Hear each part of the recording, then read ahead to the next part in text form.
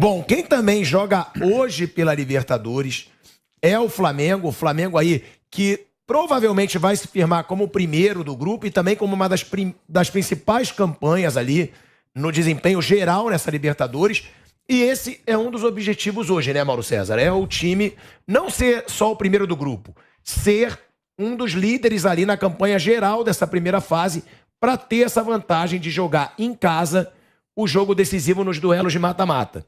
O Flamengo provavelmente vai usar um time misto nesse jogo, já deixou claro, inclusive não relacionando o Arrascaeta, porque é o Sporting Cristal do Peru em casa, um adversário fraco, que provavelmente o Flamengo pode golear, inclusive, com um time misto. É essa a mentalidade do Paulo Souza nesse momento?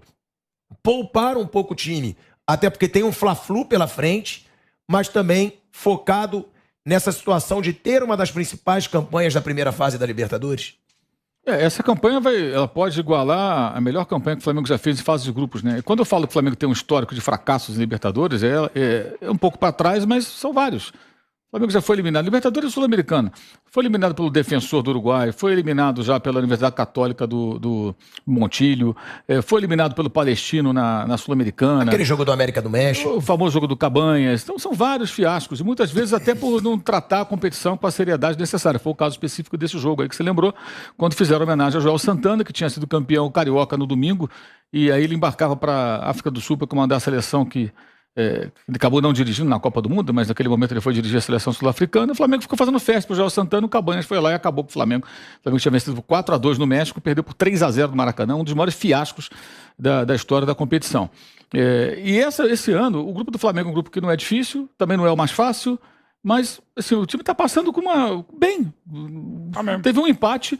Aliás, um empate, inclusive, em que houve gol impedimento do adversário, que foi o jogo do Talheres. Tivesse VAR, possivelmente teria vencido até aquele jogo, né? Um jogo mais difícil. O Talheres é o segundo melhor time do grupo, e jogando em casa, tudo mais. Tinha trocado de técnico, mais motivado, tanto que está se classificando, né?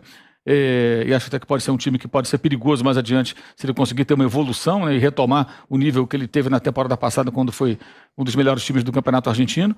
Então, acho que assim, o que atrapalha o Flamengo hoje é justamente essa falta de entendimento de parte da torcida, que mesmo que o Flamengo jogasse aí, disputar 18 pontos e por um fenômeno qualquer fizesse 28 pontos, eles não estariam satisfeitos.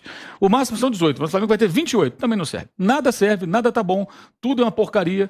Eu acho que esse que é o maior problema. E hoje, certamente, vai ter gente reclamando porque poupou a Arrascaeta, vai ter gente reclamando porque alguns titulares não vão entrar em campo, certamente, porque o negócio é reclamar, reclamar, reclamar. O Flamengo continua fazendo o seu araquiri, né, por conta de parte da torcida, né, e parte também de gente até da oposição, né. Hoje eu vi um ex-dirigente do Flamengo tuitando sobre a questão lá do Sérgio Maurício, que falou aquelas coisas lá e tal, que o clube fica indignado, mas o clube, cuja diretoria também colabora com a elitização, uma coisa nessa linha. Eu concordo, só que a diretoria da qual esse ex-dirigente fez parte também elitizava o ingresso, também cobrava caro. Ou seja, não tem diferença nenhuma, são iguais nesse aspecto. Esses atuais são ruins nesse sentido, porque também só olham para o torcedor de maior poder aquisitivo, não olham para o torcedor pobre, muito raramente, só quando precisa, né? E os outros também eram assim. Então, você vê muito oportunismo também no meio disso tudo, gente querendo tirar uma casquinha política ou querendo fazer média com parte da torcida, muita gente querendo só engajamento, entendeu? E tentando defender aí teses um tanto quanto esdrúxulas até para conseguir engajamento, porque tem uma ala da torcida que... Esse é o maior problema do Flamengo hoje, e não aprender com os erros do passado, né? Não consegue aprender, não consegue entender que erros foram cometidos graves no ano passado e que podem se repetir por conta dessa loucura toda. Então hoje, se não for 5-0, 4-0, certamente vai ter reclamação. Isso é líquido certo. Mas é um jogo para você vencer. Citando o Palmeiras, foi tema agora há pouco do programa. Como é que foi o Palmeiras e Emelec semana passada? Foi 1-0, o Emelec quase empatou o jogo. Mas tudo bem. Venceu todos os jogos. Vai ter um momento que você não vai jogar tão bem. Vai ter um momento que... Eu também gostaria que os grandes times jogassem um ótimo futebol e fossem de grande imposição a cada rodada. Mas isso é absolutamente impossível, ainda mais nessa temporada. E você tem que entender um pouco, né? E esperar que, por exemplo, para o Flamengo, o que é mais importante? Jogar muito bem hoje ou domingo? Domingo. Se hoje fizer uma partida razoável, vou ganhar o jogo ali sem nenhum susto, tá bom. Agora, domingo, se vencer o Fluminense, esse é o jogo que o Flamengo tem que jogar bem, tem que estar todo mundo inteiro, em forma, em condições, justamente para quê? Para conseguir melhorar a condição no campeonato. É um time, é um rival do Flamengo que tem derrotado o Flamengo e venceu na final do Campeonato Carioca, venceu 2 vezes no Brasileiro do ano passado, venceu na fase de classificação do estadual desse ano. Então, o jogo de domingo é o jogo mais importante da semana. Que está na frente do Flamengo no Brasileiro. Está mais bem colocado. Tem uma série de situações aí que fazem do Fla-Flu muito mais relevante que o jogo de hoje. Um jogo de hoje é quase protocolar.